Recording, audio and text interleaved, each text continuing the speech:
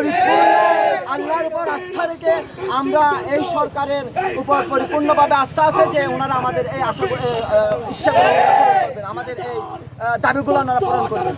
ধন্যবাদ। থেকে শুরু করে এই যে হচ্ছে সবার জয়, সেই জন্য বাংলাদেশের সকল 18 কোটি জনগণকে জানাই ঈদ মুবারক, ঈদ মুবারক।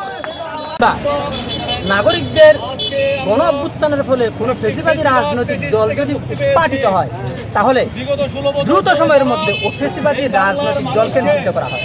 আমরা সেটা জার্মানির নাৎসি বাহিনীকে দেখেছি, পৃথিবীর আরো অন্যান্য দেশ তার সাক্ষী।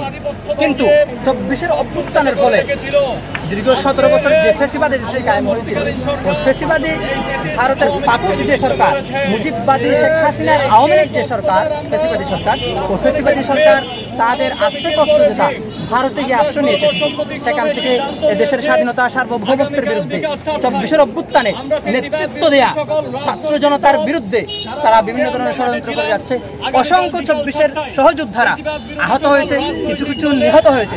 কিন্তু এই সরকার বিভিন্ন কারণে, দুর্বলতার কারণে ফেসিবাদী মুজিববাদী এই আওয়ামী লীগ সরকারকে নিষিদ্ধ করে নাই।